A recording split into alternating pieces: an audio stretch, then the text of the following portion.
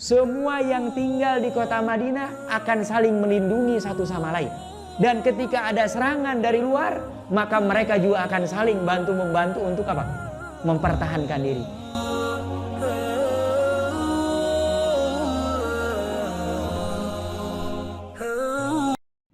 Assalamualaikum warahmatullahi wabarakatuh.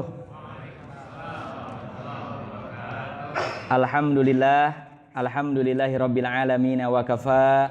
Wassalatu wassalamu ala ashrafil anbiya'i wal mursalin al mustafa wa ala alihi wa ashabihi ahli sidqi wal wafa. Asyhadu an la ilaha illallah wahdahu la syarika lah wa asyhadu anna Muhammadan abduhu wa rasuluh alladzi la nabiyya wa la rasula ba'dah. Subhanaka la ilma lana illa ma 'allamtana innaka antal alimul hakim. Amma ba'du. Qala Allah Ta'ala fi kitabihil karim, a'udzu billahi minasyaitonir rajim, ya ayyuhalladzina amanu taqullaha haqqa tuqatih wa la tamutunna illa wa antum muslimun. Apa kabar ini Bapak-bapak, Ibu-ibu, sehat semua? Alhamdulillah. Kalau sudah sehat ngaji tenang insyaallah. Alhamdulillah, kita selalu bersyukur kepada Allah Subhanahu wa taala sampai detik ini, saat ini kita sudah berada di bulan Rabiul Awal. Ini bentar lagi sudah mau Ramadan nih ya. Subhanallah, ternyata waktu begitu cepat dan sebenarnya setiap detik, setiap saat yang Allah berikan kepada kita ini adalah momentum, ini adalah modal kita nanti untuk menghadap Allah Subhanahu wa taala. Makanya pastikan setiap kita senantiasa bersyukur, memperbanyak mengucapkan alhamdulillahi rabbil alamin. Salawat dan salam selalu kita bacakan, sampaikan. Mudah-mudahan Allah Subhanahu wa taala senantiasa sampaikan kepada beliau, yaitu Nabi Muhammad sallallahu alaihi wasallam, yang setiap kali kita baca dalam tasyahud ya, assalamu alayka ayyuhan nabiyyu.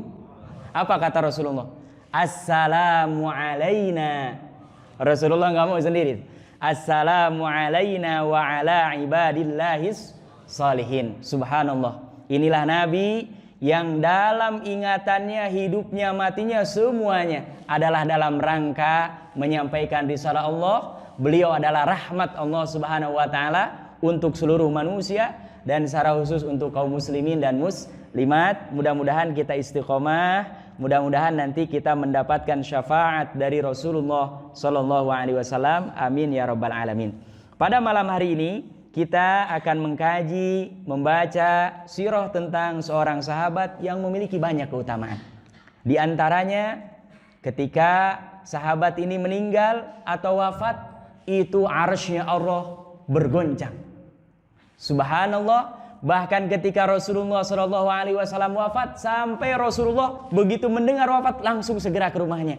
Kata Rasulullah apa?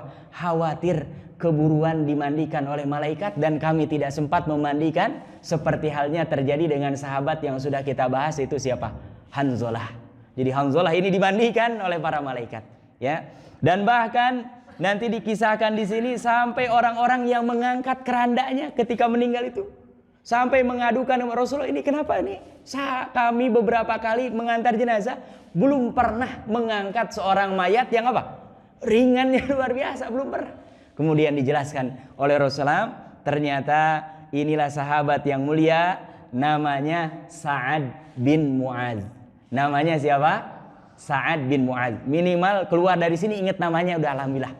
Ya, Bapak Ibu-ibu pulang dari sini ingat namanya aja Sa'ad bin Mu'adz sudah alhamdulillah. Ya, kalau yang lain-lainnya bonus insyaallah. Ya, jadi Sa'ad bin Mu'adz ini, Bapak Ibu yang dirahmati Allah Subhanahu wa taala, kenapa ketika meninggal sampai arsy itu bergoncang? Ya, gak mungkin arsy Allah bergoncang kalau pelakunya bukan orang yang amalannya luar biasa. Gak mungkin ada para malaikat yang berburu ingin memandikan jenazah ini kalau bukan termasuk orang yang soleh. Subhanallah. Ternyata kalau kita baca biografinya, baca riwayatnya, hidupnya dari mulai awal masuk Islam itu senantiasa diabadikan senantiasa mengabdi kepada Allah Subhanahu wa taala dengan cara apa? Berdakwah, beribadah, mengajak kepada kebaikan sampai akhirnya diwafatkan oleh Allah Subhanahu wa taala. Nah, ini Sa'ad bin Mu'adz, Bapak Ibu yang dirahmati Allah Subhanahu wa taala, beliau termasuk dari kalangan Ansor. Di Ansor ini ada 2 suku yang memang sudah menetap lama di kota Madinah. Subhanallah, barakallahu fikum. Yang sudah lama menetap di kota Madinah, asalnya mereka dari Yaman. Sukunya apa? Aus dengan Khazraj. Nah, ini Sa'ad bin Mu'adz ini adalah pemimpin daripada suku Aus. Ya, dan yang namanya qabilah, yang namanya berkelompok, apalagi seperti orang Arab, itu yang namanya pemimpin itu apa? Dihormati dan diagungkan. Jadi kalau pemimpinnya baik, insya Allah kaumnya juga apa? Baik. Tapi kalau buruk, maka juga kemungkinan besar kaumnya juga terbawa gerbong keburukan. Nah, makanya Rasulullah mengutus 2 orang da'i. Pertama namanya Mus'ab bin Umair yang sudah kita ceritakan, dan yang kedua adalah asistennya, ajudannya, orangnya buta, yaitu Abdullah bin Umi Maktum. Jadi salah betul kalau ada hari ini orang muslim tidak buta, saya nggak bisa berdakwah. Orang buta saja bisa apa? Berdakwah. Dan itu bahkan diutus, ditunjuk oleh Rasulullah untuk mendampingi siapa? Mus'ab bin Umair. Jadi dakwah ini jangan dipahami hanya sekedar ceramah. Apapun. Bahkan orang muslim itu senyumnya sebetulnya bisa jadi apa? Dakwah. Aktivitas sehari-harinya bisa jadi dakwah. Kalau nilai-nilai Islam itu kita bawa dan kita praktekkan dalam kehidupan kita sehari-hari. Hanya umumnya memang orang menganggap dakwah itu ceramah, dakwah itu mengumpulkan orang, dakwah itu memberikan bantuan dan lain sebagainya. Betul semua itu. Tapi sebetulnya setiap kita punya peluang untuk apa? Berdakwah. Nah, ketika diutus, ada 72 orang lebih kaum muslimin yang sudah masuk Islam di kota Madinah. Ada salah satu tokohnya namanya As'ad bin Zurarah. Makanya di sini nanti kita kalau umpamanya datang ke suatu tempat, kalau bisa ada orang dalam yang dikenal. Kenapa? Karena kalau ada penduduk situ yang dikenal, mudah bagi kita untuk memetakan. Ini siapa?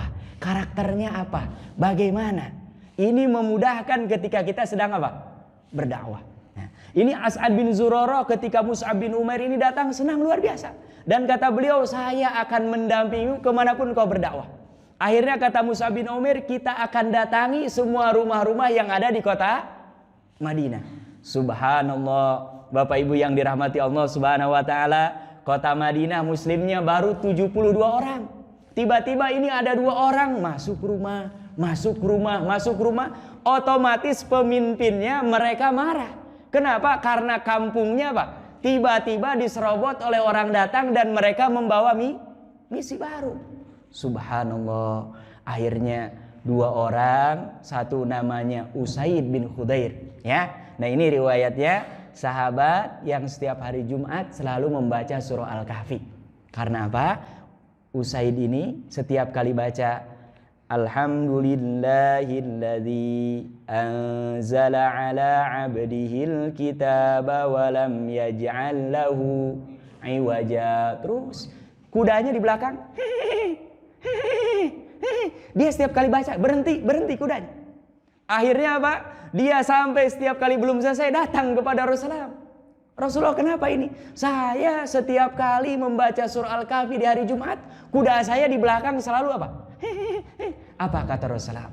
Seandainya engkau menyelesaikan bacaan surah Al-Kahfi, dan kata Rasulullah, pasti akan melihat lebih dahsyat daripada itu. Ya, kata Rasulullah, siapa yang membaca surah Al-Kahfi di hari Jumat, maka dia akan dinaungi cahaya oleh Allah sampai hari Jumat berikutnya. Subhanallah. Ini diantara kebiasaan siapa? Usaid, ya. Ini dia belum masuk Islam, datang diskusi dengan Sa'ad bin Mu'adz, 2 pemimpinnya. Ini kita ada orang baru nih, ya. Dia berani main di lapak kita, istilahnya gitu. Ya, kita apakan nih bagusnya. Tapi nggak enak nih, ada As'ad bin Zurarah, itu masih anak daripada bibi kita. Kalau umpamanya Mus'ab bin Umair sendiri kita sikat habis dah udah. Nah, bahasa kitanya mungkin kurang lebih gitu. Akhirnya kata Sa'ad bin Mu'adz, sudah, engkau aja dulu datang, coba lihat itu sebetulnya apa. Dia datang ke rumah-rumah menyampaikan, dan anehnya orang semuanya berkumpul dan tidak ada mereka yang menganggap apa? Dakwahnya Mus'ab bin Umair ini aneh. Subhanallah. Akhirnya sepakat Usaid datang duluan, masuk di majelisnya. Ini ada apa ini? Kok di kampung kami tiba-tiba ngumpul-ngumpulkan orang? Ya, apa kata Mus'ab bin Umair? Ya, ijlis wa tasma. Sudikah engkau duduk sebentar aja, ya, dan mendengar apa yang ingin saya sampaikan? Dengar aja. Nah, ini dipakai ilmunya oleh orang-orang apa? Marketing. Coba dimulai, Bapak mau 1 menit aja. Biasanya kita yang tadinya nggak mau jadi apa? Mau, kenapa? Dia sopan sambil tersenyum, ya kan? Ini jangan kita dakwah orang sambil kemplang, ya nggak mungkin mau, ya kan? Ini dia bahasanya gitu. Tajlis wa tasma, boleh nggak? Bentar, dan dengarkan. Kalau nanti umpamanya senang silahkan. Kalau nggak senang, apalagi ada sesuatu yang kau tidak suka dan itu kesalahan saya siap menerima resikonya. Subhanallah, Mus'ab bin Umair. Akhirnya apa? Usaid bin Khudair duduk sebentar. Fa'arada alaihi Islam, disebutkan ini risalah yang dibawa oleh Nabi Muhammad namanya Islam. Intinya mengajak kepada ketauhidan dan mengajak supaya mengikuti syariat yang dibawa oleh siapa? Muhammad sallallahu alaihi wasallam. Faqara alaihi ayatan minal Qur'an, dibacakan beberapa ayat dari Al-Qur'an, ya. Kemudian apa kata Usaid? Ini kalian kalau masuk ke agama ini biasanya ngapain? Apa yang dilakukan? Madza tasna'un? Apa yang kalian lakukan? Apa kata mereka? Kami biasanya natatohar, mensucikan, mandi dulu, ya. Kemudian juga nutahhir saubai, membersihkan apa? Baju yang kita kenakan. Subhanallah. Kemudian setelah itu wa nashhadu syahadatal haq, dan kita tidak ada acara apa-apa, hanya mengucapkan 2 kalimat apa? Syahadat. Apa kata Usaid? Sudah, saya daftar langsung sekarang. Subhanallah. Ini kalau yang kayak gini closingnya enak ini, ya. Tapi kan kalau kita menemukan yang closingnya kayak Umar ditampar dulu, berdarah dulu, kan lain ceritanya. Tapi subhanallah, ini Mus'ab bin Umair ini hebatnya memang Rasulullah SAW luar biasa. Makanya kalau kita yang ngomongnya kasar, jangan suruh nemuin rumah orang minta proposal, jangan. Pasti ditendang. Harus yang halus, penampilannya tersenyum, bahkan dimarahi dia senyum. Gitu dakwah. Kenapa? Karena kalau umpamanya ini orang marah, dia marah, ya kan? Nah, plus kali plus jadinya min. Ya, rumus matematika saja, min kali min jadinya apa? Plus. Gak mungkin. Harus orang yang sabar. Dia karena bukan ingin mencari pengikut, tapi semata-mata ingin mendapatkan apa? Pahala dari Allah Subhanahu wa taala. Selesai Usaid, pulang dia. Gimana tadi? Ada yang membahayakan? Biasa aja. Nggak perlu takut, coba deh. Kalau sekarang nggak mau coba, karena dia sudah masuk Islam. Ya, ternyata subhanallah Bapak Ibu. Ya, Sa'ad bin Mu'az, dia bawa panah, bawa pedang, datang ke majelis itu. Kemudian Usaid dari belakangnya dia sambil tersenyum, karena dia juga mengatakan, arafnal Islam min wajhi qabla an yatakallam. Saya ketika ketemu dengan Mus'ab bin Umair sudah mengenal Islam dari wajahnya sebelum dia berbicara. Wajahnya apa? Senyum. Dan subhanallah, kalau baca Mus'ab bin Umair ini memang pakaiannya rapi, ya. Kemudian mukanya itu apa? Nah, ganteng.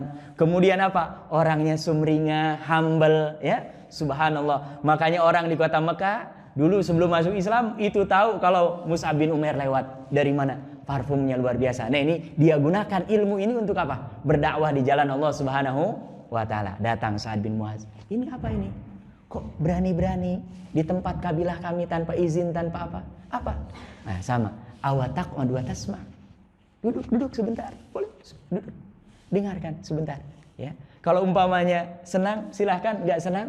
Nah, kan ini orang tukang jualan kan gitu. Ya. Parabot besar kecil 5.000, besar kecil. Mau yang gede ini 5.000 nggak apa-apa teh 5. Itu kan mereka metodenya gitu. Ini dipakai ilmunya dalam apa?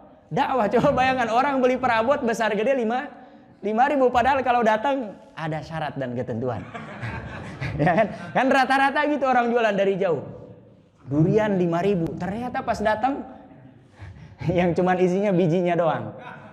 Udah hepe kecil, banyak ya. Itu mereka menggunakan metode itu dalam ilmu marketing. Subhanallah.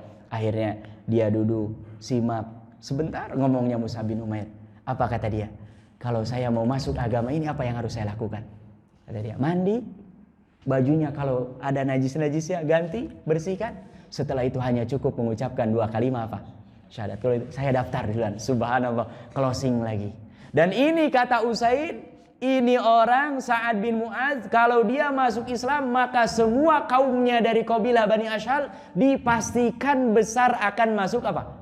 Islam. Makanya Mus'ab bin Umair semangat sekali. Subhanallah, mengucapkan 2 kalimat syahadat pagi hari, ma'amsa, tidak masuk sore harinya, kecuali semua kabilah Bani Ashhal sudah masuk Islam. Di Indonesia ada, namanya Ustadz Sabun. Ya, berdakwah di mana? Daerah Papua. Subhanallah, nggak ceramah, nggak bacakan Al-Quran. Awalnya pintu masuknya hanya apa? Ngajak orang mandi pakai sabun. Awalnya dianggap aneh, luar biasa. Tapi itu ternyata jadi apa? Pintu masuk.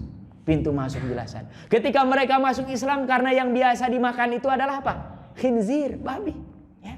Kemudian datang lagi pendakwah-pendakwah dari Bugis. Ya. Mereka datang ke sana bawa apa? Kelinci. Awalnya diejek. Ini lebih gede, ini yang kecil, mana enak gitu. Ternak banyak, nyobain gratis. Ternyata sate kelinci juga apa? Enak, luar biasa. Masya Allah, alhamdulillah. Lama kelamaan yang tadinya terbiasa makan daging babi, mereka berpindah kemudian menjadi makan daging yang memang dihalalkan oleh siapa? Allah Subhanahu wa ta'ala. Inilah hebatnya.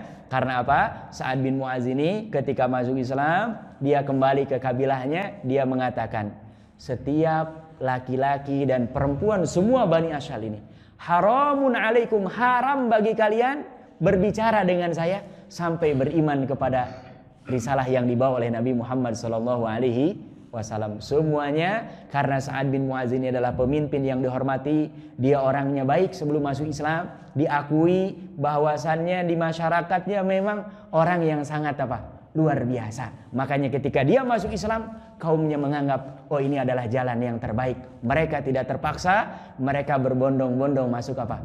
Masuk Islam. Subhanallah. Inilah siapa? Sa'ad bin Mu'adz. Tidak berhenti sampai di situ, Bapak Ibu yang dirahmati Allah Subhanahu wa taala.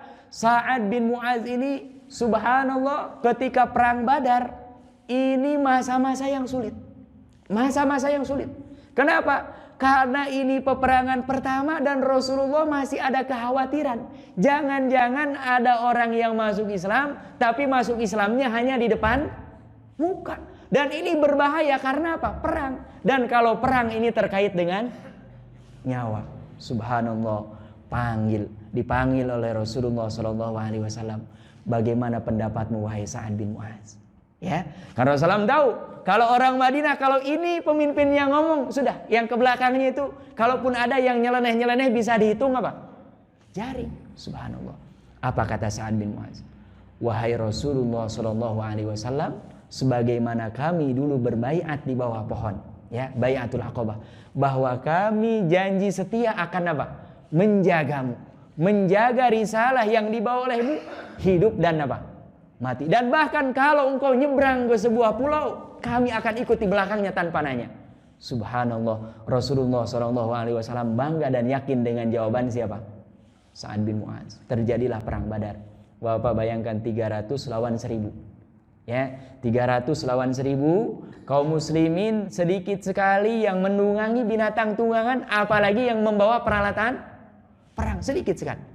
Sedangkan kaum Quraisy itu mereka ketika diketahui bahwa Abu Sufyan dicegat, itu suratnya langsung sampai ke kota Mekah dan mereka mengutus pasukan perang. Subhanallah. Dan disinilah hebatnya Rasulullah sebagai pemimpin. Makanya saya selalu mengingatkan, kita dari mulai skup yang terkecil harus terbiasa musyawarah. Jangan di dunia ini nafsi-nafsi. Apalagi keputusan masyarakat diputuskan sendiri. Keputusan lingkupnya orang banyak diputuskan sendiri. Itu nanti kita akan ditinggalkan. Bagaimana dengan Rasulullah padahal beliau dituntun oleh wahyu. Beliau kalau umpamanya manusia berkhianat, bisa tentara Allah dari kalangan malaikat, jin datang. Kita akan gak punya. Tapi Rasulullah ketika perang Badar menyampaikan, ini strategi perang ini gini. Para sahabat ada yang bertanya, wahai Rasulullah, apakah ini wahyu atau rohyu? Apakah ini wahyu dari Allah, ketetapan pasti, atau hanya pendapatmu strategi perang? Apa jawaban Rasulullah? Ini hanya strategi perang. Kalau ada masukan silahkan. Apa kata seorang sahabat? Ini karena kita jumlahnya sedikit, sedangkan mereka banyak, kemudian juga sedang apa? Musim hujan pada saat itu. Ya, jadi perang Badar itu malamnya hujan. Sahabat semua karena capek persiapan tidur. Rasulullah Shallallahu Alaihi Wasallam malah berdoa sendirian. Disaksikan oleh beberapa sahabat, beliau sampai bulak-balik, bahkan diriwayatkan itu sorban beliau sampai jatuh berkali-kali. Bahkan beliau berdoanya agak ngancam, ya Allah, kalau kita dikalahkan, engkau tidak akan pernah disembah lagi di muka bumi. Itu sampai doanya ngancam, ya Allah, kalau ini dihancurkan maka engkau tidak akan itu doanya Rasulullah. Karena doanya doa apa? Sangat-sangat ini menentukan. Tambah lagi, ini peristiwanya di kapan? Bulan Ramadan pertama kaum muslimin. Syariat pertama kali ada puasa di bulan Ramadan, baru tahun kedua Pak, Hijriah. Subhanallah. Akhirnya Rasulullah berdoa, persiapan besoknya berkecamuk perang Badar. Ternyata Allah Subhanahu wa taala memberikan kemenangan kepada siapa? Kaum muslimin, bukan hanya menang dan pulang membawa beberapa tawanan perang. Itu jumlahnya puluhan, sebagian menyebutkannya bahkan sampai apa? Ratusan. Selesai perang Badar, kumpulkan lagi para sahabat, ini musyawarah. Ya, makanya kita para suami khususnya ini sudah tahu keputusan di tangan siapa? Kita. Tapi minimal nanya, dengar, ya. Adapun nanti yang memutuskan karena kita yang tanggung jawab dunia dan di akhirat, maka memang di tangan kita. Tapi sebagai adabnya, etikanya, Islam mengajarkan kita simak istri kita, anak kita. Walaupun kita sudah punya nih, kita akan mutuskan ini. Kenapa? Semakin banyak masukan akan semakin apa? Baik. Rasulullah Shallallahu Alaihi Wasallam manusia terbaik selalu bermusyawarah dengan siapa? Para sahabat. Ya, akhirnya Rasul, ini kita apakan nih tawanan perang? Kata Umar, ya, kalau Umar memang nggak banyak bicara, Rasulullah sudah. Ya, kemudian kata Abu Bakar, Rasulullah di antara mereka ini banyak orang kaya. Biarkan mereka seperti halnya perang-perang pada umumnya mereka kalau tawan umumnya membayar apa? Nah, membayar ganti. Ya, membayar tebusan. Dan kalau di antara mereka ini orang-orang miskin, banyak yang pintar-pintar. Kita perintahkan mereka yang memang gak bisa nebus untuk mengajari penduduk Madinah ini satu orang berapa? 10 anak yang ada di kota Madinah. Supaya apa? Kaum muslimin karena mayoritas sudah Islam, itu mereka semakin maju dan berkembang. Rasulullah SAW lebih cenderung kepada pendapat siapa? Abu Bakar Siddiq. Makanya akhirnya sebagian ditebus, sebagian ada yang diperintahkan untuk apa? Mengajar, membaca dan menulis. Subhanallah. Selesai perang setelahnya perang Uhud, kemudian ada perang Ahzab. Nah, orang-orang di Madinah ini makanya salah betul kalau ada yang mengatakan, oh nanti kalau umpamanya kaum muslimin berkuasa lagi nanti akan dibantai. Mana sejarahnya? Ya, mana sejarahnya? Rasulullah Shallallahu Alaihi Wasallam perang lebih dari 50 kali. Itu dihitung dengan perang dunia pertama, itu nggak ada apa-apanya jumlah orang yang terbunuh. Itu pun gara-gara terpaksa. Tapi selalu digembor-gemborkan, Islam itu masuk dengan pedang. Orang Muslim itu haus darah. Ini yang selalu apa? Apalagi di Eropa. Ya, saya ada seorang ustadz ini di Usman. Ketika beliau berada di New Zealand, pakai peci aja, pakai peci di sana, dilempar pakai botol. Apalagi kalau yang ada jenggotnya, apalagi pakai baju muslim, itu dilempar orang nggak la salam wala kalam, dilempar. Padahal subhanallah dia akan masuk ke negara itu pakai visa, masuk ke negara itu bayar, masuk ke negara itu setelah melewati apa? Tapi subhanallah tidak ada yang memberitakan ini mereka kok membenci orang muslim. Alasannya apa? Kalau umpamanya ada yang ngebom mungkin wajar. Ini nggak apa-apa, cuman lewat dilempari pakai botol. Subhanallah. Dan tidak sedikit saudara-saudara kita apalagi yang muslimah, mereka pakai jilbab saja kalau ke bandara harus bayar apa? Harus bayar kepada negara, bayar pajak, bayar rendah dan lain sebagainya. Gara-gara pakai apa? Jilbab. Padahal nggak pakai jilbab, dengan pakai jilbab ngaruhnya apa? Apakah bandara jadi kotor? Apakah pesawat jadi nggak bisa terbang? Tapi inilah kebencian mereka kepada apa?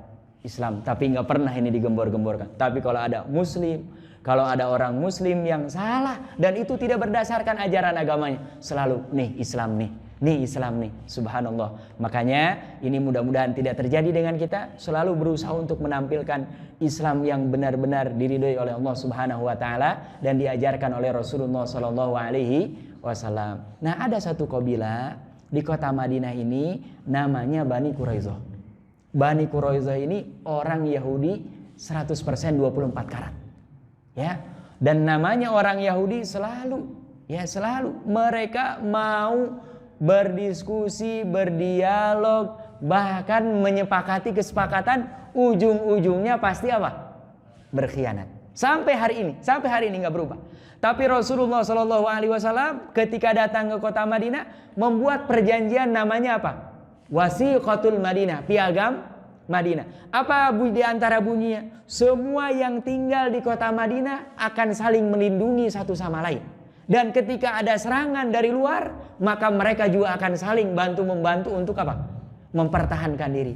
Ini Bani Quraidah kerjasama dengan orang-orang yang tidak suka kepada Nabi Muhammad Sallallahu Alaihi Wasallam. Dan Bani Quraidah ini kebetulan dulu teken tanda tangannya, kalau istilah sekarang itu perjanjiannya itu dengan kabilahnya Sa'ad bin Mu'adz. Ya, makanya Rasulullah Sallallahu Alaihi Wasallam dan nampaknya mereka sebelum masuk Islam itu punya hubungan dekat, mungkin hubungan bisnis atau tinggal, jadi dekat sekali. Makanya diperintahkan oleh Islam untuk menandatanganinya dari kabilah ini Aus. Akhirnya dipanggil Sa'ad bin Mu'adz. Bagaimana pendapatmu? Ya. Dan Rasulullah sebetulnya sudah ada keputusan. Tapi selalu Rasulullah Shallallahu Alaihi Wasallam keputusan-keputusan besar tidak pernah beliau memutuskan sendiri. Bahkan ini langsung turun dari langit.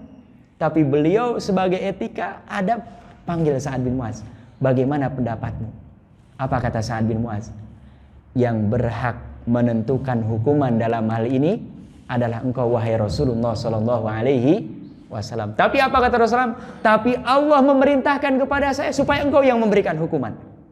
Subhanallah. Ternyata akhirnya Sa'ad bin Mu'adz kumpulkan ini Bani Aus, ya, semuanya kabilah Bani Ashhal ini, kemudian disampaikan, saya nanti akan memutuskan sebuah putusan yang tidak boleh ada di antara kalian yang menyelisihi. Selesai ini mereka mangut semua, ya, kembali lagi kepada siapa?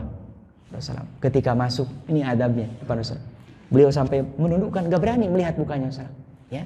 Kemudian kata Rasulullah, bagaimana wahai Sa'ad? Ya. Apa kata Sa'ad? Ini mereka semua berkhianat. Maka tidak ada balasan bagi orang yang berkhianat kecuali mereka harus apa? Diserang. Ya, mereka diberikan apa? Hukuman. Apa kata Rasulullah? Apa yang engkau putuskan, itulah yang diputuskan oleh Allah Subhanahu wa taala di langit. Bayangkan orang gak pernah dapat wahyu, kalau hatinya bersih, tawajuhnya kepada Allah, itu akan mendapatkan apa? Bimbingan Allah. Makanya nanti ketika fitnah, ya, ketika fitnah itu bukan orang yang paling pintar, tapi orang yang senantiasa apa? Terhubung dengan Allah. Dan hari ini berapa banyak orang yang pintar luar biasa, justru malah apa? Pintarnya kebelinger. Makanya yang senantiasa kita minta ihdinas siratal mustaqim. Kita minta ilmu yang bermanfaat. Ya, subhanallah. Ini tidak diturunkan wahyu kepadanya, tapi putusannya kata Rasulullah, apa yang kau putuskan sama dengan yang diputuskan oleh Allah Subhanahu wa taala di mana? Di langit. Masya Allah. Ya, akhirnya berjuang terus sampai dalam sebuah peperangan dengan Bani Quraidah ini, karena terjadi peperangan sengit, itu Sa'ad bin Mu'adz terluka. Dan beberapa hari di rumahnya dia terbaring. Ya, sampai diriwayatkan bahwa dari tangan kanannya ini hampir putus. Dan Rasulullah Shallallahu Alaihi Wasallam setiap hari selalu menanyakan bagaimana kabarnya Sa'ad bin Mu'adz, bagaimana kabarnya Sa'ad bin Mu'adz. Sampai suatu waktu diberitakan bahwa Sa'ad bin Mu'adz itu apa? Sudah meninggal tuh via Rasulullah. Rasulullah langsung keluar dari rumahnya. Sampai kata para sahabat, kami mengejar Rasulullah sampai sendal kami putus, sorban kami jatuh. Subhanallah. Bagaimana jalannya apa? Rasulullah. Makanya orang muslim itu jalannya jangan ngesot. Jangan ngesot, nggak boleh. Orang muslim itu jalannya harus diangkat. Makanya kalau kita lihat latihan militer, ya, ini di Indonesia ini satu-satunya negara yang nggak ada wajib militer. Singapura ada wajib militer. Mereka lagi belajar dimanapun panggil. Kenapa? Kalau negara nggak kuat, siap-siap aja. Apalagi sekarang apa? Makanya subhanallah, Rasulullah nggak latihan militer tapi setiap hari jalannya apa? Nah, beliau angkat kaki itu. Makanya kalau ada orang jalan ngeser. Nah ini pertanda orang ini apa? Nggak bersemangat hidup. Tapi kalau ada orang jalannya, langkahnya. Makanya Rasulullah jalan biasa saja, diikuti oleh para sahabat, itu nggak kekejar. Padahal Rasulullah nggak lari, jalan biasa saja. Ya, karena Rasulullah kata para sahabat, itu jalannya seperti orang yang turun dari gunung. Ya, kalau kita naik gunung masih bisa ngesot, tapi kalau turun nggak bisa. Karena kalau kita ngosor pasti apa? Jatuh. Itulah jalannya siapa? Rasulullah Shallallahu Alaihi Wasallam. Nah, ketika Sa'ad bin Mu'az meninggal, didatangi di rumahnya, Rasulullah itu langsung keluar, kemudian jalannya cepat sekali sampai para sahabat yang ingin berusaha menandingi beliau itu sendalnya putus, kemudian sorbannya sampai apa? Jatuh. Ini menunjukkan bagaimana betapa bersemangatnya dan bergairahnya Rasulullah untuk beramal soleh. Ya, makanya ini kita harus bergegas. Kalau urusan akhirat apa? Wasari'u, bersegera. Jangan tunda-tunda, ya. Dan ini dicontohkan langsung oleh Rasulullah Shallallahu Alaihi Wasallam. Mereka ketika sendalnya putus, kemudian ada di antara sorban sahabat ini yang jatuh, mereka stop. Rasulullah, kenapa secepat ini jalannya? Apa kata Rasulullah? Kita khawatir tidak sempat memandikan Sa'ad bin Mu'az karena didahului oleh para malaikat, seperti halnya terjadi pada sahabat kita dulu siapa? Hanzalah. Subhanallah. Akhirnya para sahabat paham, makanya Rasulullah begitu sampai di rumahnya sedang dimandikan oleh kaum muslimin yang ada di situ dan ibunya menangis. Ya, ibunya Sa'ad bin Mu'az. Kata Rasulullah, semua tangisan ibu itu palsu, dusta semua, kecuali ibunya Sa'ad bin Mu'az. Maksudnya ingin apa? Membesarkan hatinya. Ya, bagaimana seorang ibu yang begitu menyayangi Sa'ad bin Mu'az, ini beliau meninggal dalam keadaan kondisi yang terbaik setelah mengikuti apa? Peperangan. Tapi yang namanya hati manusia biasa pasti akan apa? Menangis. Jangankan kita, Rasulullah ketika anaknya meninggal Ibrahim, itu beliau menangis. Sampai para sahabat, apakah seorang nabi menangis? Kata Rasulullah, justru orang yang menangis karena kesedihan menunjukkan bahwa dalam dirinya masih ada apa? Rahmat, kasih sayang. Ya, yang nggak boleh apa? Kita merobek-robek baju, meraung dan sebelumnya. Nah, inilah yang tidak boleh dalam Islam. Ya, akhirnya apa? Dimandikan. Selesai dimandikan, dikain kafani, kemudian diangkat. Nah, ketika mengangkat, beberapa sahabat yang mengangkat ini bergantian. Itu selesai, fasyaka ila Rasulullah, mengadu kepada Rasulullah, kami beberapa kali mengangkat keranda jenazah, ini baru kali ini kok ringan sekali. Apa kata Rasulullah? Bagaimana tidak ringan? Tidak pernah Allah Subhanahu wa taala menurunkan malaikat mereka bahu-membahu untuk mengangkat jenazah sebanyak mereka yang mengangkat jenazahnya siapa? Sa'ad bin Mu'az. Kita perlu khawatir, jangan-jangan nanti ini kita sudah hidup nyusah, ketika meninggal badan kita berat, justru menyusahkan juga orang yang mengangkat apa? Keranda. Kita selama hidup nyusahin orang, sampai mati saja nyusahkan. Mudah-mudahan kita berdoa ketika hidup ini banyak meringankan beban orang, dan ketika meninggal mudah-mudahan banyak malaikat yang bantu ngangkat kita, sehingga saudara kita ketika ngangkat itu sudah diringankan bebannya oleh siapa? Allah. Ini nggak mungkin kalau hidupnya sumpah serapah, kalau hidupnya senggol kanan senggol kiri, ada masalah dikit bacok kanan bacok kiri, ngomongnya subhanallah semuanya. Tidak mungkin. Orang muslim itu senantiasa berusaha mengikuti apa yang diajarkan oleh Rasulullah. Ketemu orang tersenyum, ya. Ada orang membenci, dia nggak bawa dengan kebencian, tapi justru dijawab dengan apa? Rahmah Allah Subhanahu wa taala. Rasulullah setiap mau ke masjid dilempari kotoran unta, ya kan? Kalau kita, ya kan? Kira-kira kalau ada yang ngelempari kotoran unta, kira-kira gimana? Nah, ya kan? Dia ngelempar 1, kita 5. Rasulullah enggak. Sampai akhirnya orang ini sakit. Rasulullah tanya, kemana yang biasa lempar? Ya, bahkan ya Rasulullah akhirnya apa? Datang menjenguk orang yang biasa menyakiti beliau. Ini hebatnya nih. Kita kalau sering disakiti, bahkan sering dikerjai, bahkan sering dibenci oleh siapapun, ketika sakit itu momentum tuh datang tuh. Kalau perlu bahkan kita yang datang paling pertama. Subhanallah, kata orang ini dia masih muda. Saudara-saudara saya, teman-teman seperjuangan saya, bahkan tetangga-tetangga saya sakit mereka nggak ada yang menengok. Tapi engkau yang setiap lewat ke masjid itu senantiasa dilewati kotoran, justru datang paling pertama menjenguk, saksikan bahwa saya apa? Masuk Islam. Orang ini bukan muslim, makanya benci kepada siapa? Rasulullah Shallallahu Alaihi Wasallam. Jadi orang ini kebaikannya luar biasa, dan tadi karena jasanya hampir semua penduduk Madinah selain Mus'ab bin Umair, gara-gara wasilahnya, sebabnya siapa? Sa'ad bin Mu'az, mereka masuk Islam. Kebayang setiap kali mereka sholat, setiap kali mereka membaca Al-Quran, setiap kali mereka sedekah, setiap kali mereka beramal soleh, maka pahalanya ngalir kepada siapa? Mus'ab bin Umair. Ngalir kepada siapa? Sa'ad bin Mu'az. Ngalir kepada siapa? As'ad bin Zurarah dan sahabat-sahabat mereka yang berdakwah. Nah, akhirnya ketika Rasulullah SAW menyolatkan di liang lahat ini, semua kita nanti yang masuk liang lahat pasti sempit. Ya, jangan berpikir umpamanya saya kan punya tanah 50 hektar.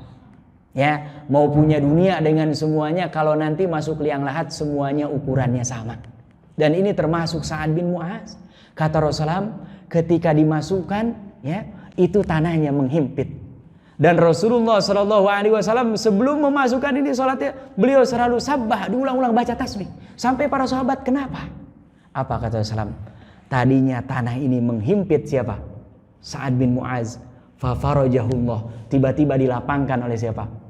Allah Subhanahu wa ta'ala. Makanya ini sebisa mungkin kalau ada orang yang meninggal, kita istaghfiru li akhikum, ya. Istaghfiru li akhikum, perbanyak kita mintakan apa? Ampun, dan kita jangan orang ini kan buruk. Istighfarkan saja. Istighfarkan saja. Mudah-mudahan jadi kafaroh, kita juga pasti punya keburukan.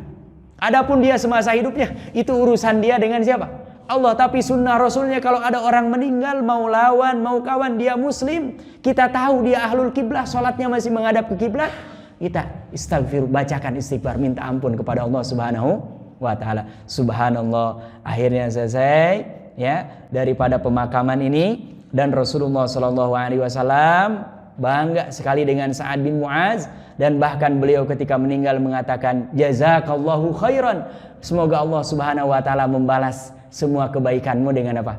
Dengan pahala yang berlipat ganda di sisi Allah Subhanahu wa ta'ala. Dan ternyata ada 3 amalan yang dilakukan oleh Sa'ad bin Mu'az, ya. Ini semenjak beliau masuk Islam tidak pernah terlewat. Dan subhanallah, kayaknya ya, minimal kita kalau nggak dimandikan malaikat, ya, mudah-mudahan dengan mengamalkan 3 hal ini, mudah-mudahan ini bagian daripada ikhtiar kita ingin meniru para sahabat Rasulullah Sallallahu alaihi wasallam. Apa kata Sa'ad bin Mu'az?